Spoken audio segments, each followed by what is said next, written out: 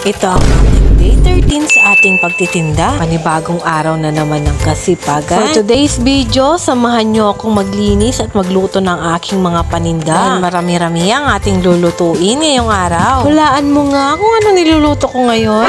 Tama ang iyong naiisip. Ito ay ang kwek-kwek. Marami ang may paborito nito. Kung bibili ka kaya sa akin, makakailang piraso ka kayang mauubos. At habang niluluto ko ay nagtutusok na rin ako ng siomay na pipirituhin.